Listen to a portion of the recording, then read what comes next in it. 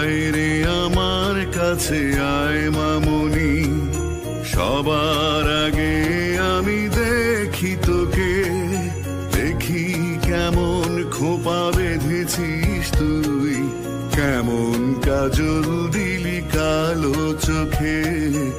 আয় খুকু আয়, আয় খুকু আয়।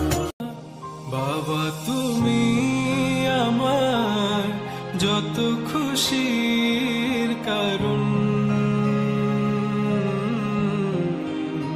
বলো তোমার মতো করবে কে।